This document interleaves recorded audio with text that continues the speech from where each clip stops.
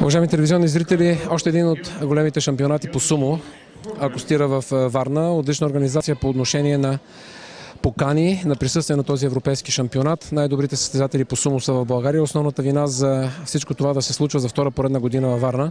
Естествено има Българска федерация сумо с леки помощи, както финансови, така организационни от други институции, но тежестта падна, в случая говоря за Българска федерация сумо, върху генералния секретар Борко Навчев, който е до мен. Знам, че и в този момент е трудно да се правят интервюта. Организацията по отношение на състезания, на треньори, на състезатели, всичко минава през него. Борко, знам какви са нервите и емоциите, които витаят из теб в този момент, но като цяло, макар и не през целия ден вчера и днес, успя да наблюдава сватките. Твоето лично мнение, твоята оценка за шампионата във Варна?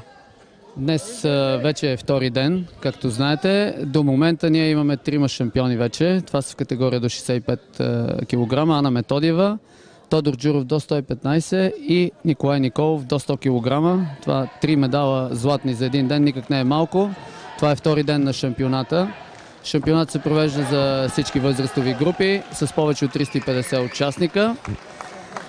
Утре продължаваме с категорията до 21 години и ще завършим с най-атрактивната част – отборните състезания за мъже и жени.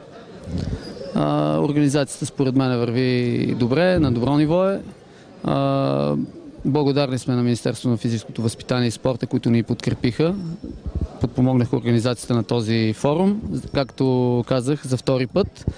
И за първи път се провежда в България за всички възрасти. Аз не знам ти дали ще го кажеш, но аз ще си позволя да го кажа, че доста тежко ми се видя вчерашния ден като ден състезателен. Всички възрастови групи и в двата пола нещо изключително тежко за сумото. Не знам, ти имаш опит, ходиш по други големи шампионати. Наистина това затруднява ли до някъде състезателите? Цял ден да чакаш за една схватка след 8 часа? Определено ги затруднява, но просто по предварителна програма е определено, че за първия ден състезателен ще се борят до 14, до 16 и до 18 години. Така че наистина вчера състезанието беше много тежко, продължи над 10 часа, но смятам, че всичко мина много добре.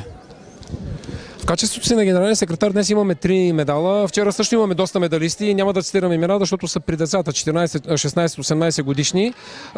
Има ли някаква поставена задача пред нашия национален селекционер Христо Христов от ръководство на Българска федерация сумо по отношение на представяне, брой медали, които да спечелите, или просто това е един шампионат на добра воля и каквото се случи? Ами целите за федерацията, както винаги знаеш, са били много високи, т.е. всяко следващо състезание от такъв ранг да завоюваме все повече медали, което говори за свършената работа на треньора и ръководството и за всички останали, които ни помагат.